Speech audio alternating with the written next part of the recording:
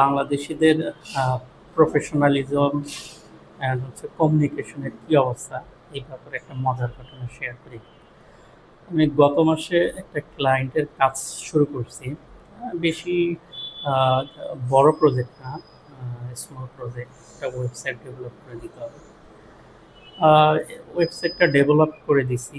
তো ডেভেলপ করার মাঝপথে ক্লায়েন্ট কন্ট্যাক্ট অফ করে দিছে।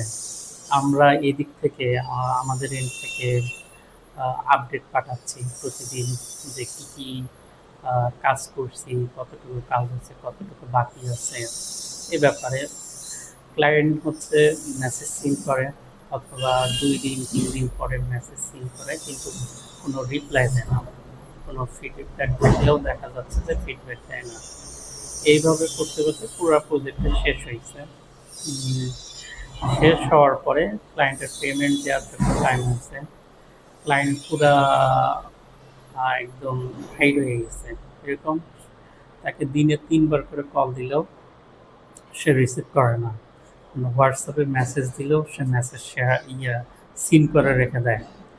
1 তারিখে পেমেন্ট দেওয়ার কথা ছিল, সেক্ষেত্রে আজকে হচ্ছে 9 তারিখ, তার কোনো কোনো রেসপন্স নেই। এই হলো বাঙালিদের অবস্থা। এর মধ্যে মজার কি ঘটনা হচ্ছে যে সেই ক্লায়েন্ট আজকে সকালে ফেসবুক রিকোয়েস্ট পাইছে, ফেসবুক ফ্রেন্ড রিকোয়েস্ট। ভালো কথা।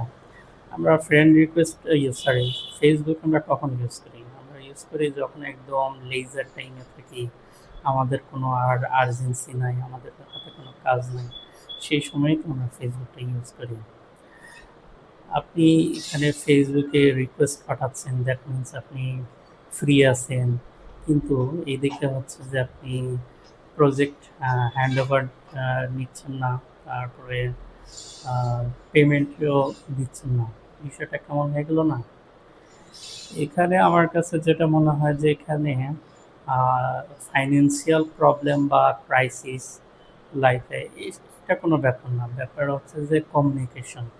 আপনার সমস্যা থাকতেই পারে, এবং প্রতিটা মানুষেরই সমস্যা আছে, কিন্তু আপনাকে তো প্রপারলি কমিউনিকেট করতে হবে। লাইক আপনি হয়তো হসপিটালেই থাকতে পারেন আনফর্চুনেট, কিন্তু আপনাদের তো সেটা একদিন পরে হলেও জানাইতে হবে যে ভাই আমি হসপিটালে ছিলাম, হয়তো আগামী 1 সপ্তাহ আমি বিজি থাকবো, কোনো ধরনের রেসপন্স করতে পারবো, নেক্সট উইকে তো আমি আপনার সাথে কন্ট্যাক্ট করবো। এটা বললেও কিন্তু হয়ে যায়। এটা হচ্ছে টোটালি কমিউনিকেশন, তারপর প্রফেশনালিজমের একটা গ্যাপ।